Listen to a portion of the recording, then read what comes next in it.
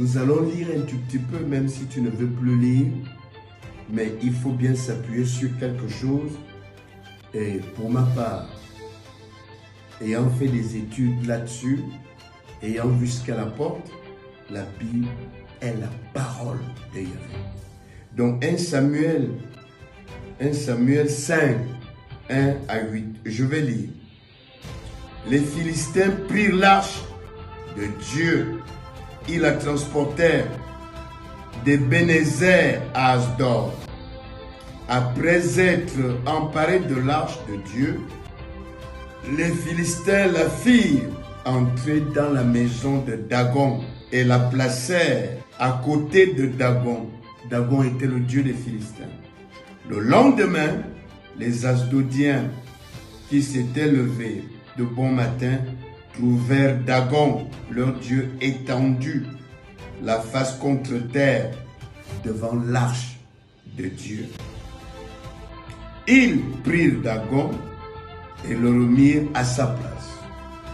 Le lendemain encore, s'étant levés de bon matin, ils trouvèrent Dagon étendu, la face contre terre, et ses deux mains étaient abattues sur le seuil, et il ne lui restait que le tronc. C'est pourquoi jusqu'à ce jour, les prêtres de Dagon et tous ceux qui entrent dans la maison de Dagon à Asdod ne marchent point sur le seuil. La main de l'Éternel s'appesantit sur les Asdodiens, et il mit la désolation parmi eux. Il les frappa d'hémorroïdes à Asdod et dans son territoire.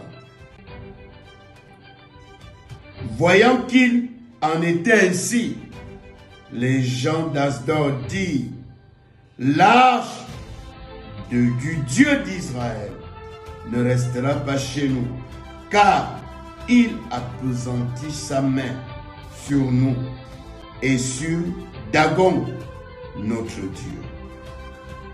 Vous pouvez continuer et finir. L'arche était un objet cultuel.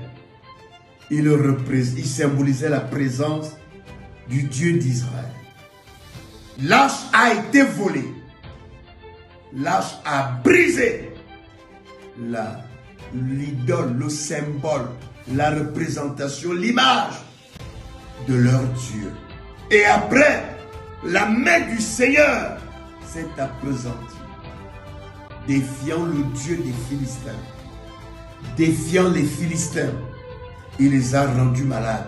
Et ce sont eux qui ont pris la décision: non, l'arche ne restera plus chez nous. Oh, arrête-toi un peu. Un objet cultuel ne peut pas être volé, touché par des gens qui ne sont pas aptes, les non-initiés.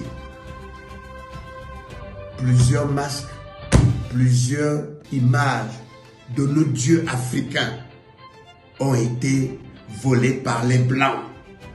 Les Blancs, les non-initiés, ils ne sont pas morts. Ils ne sont pas tombés malades.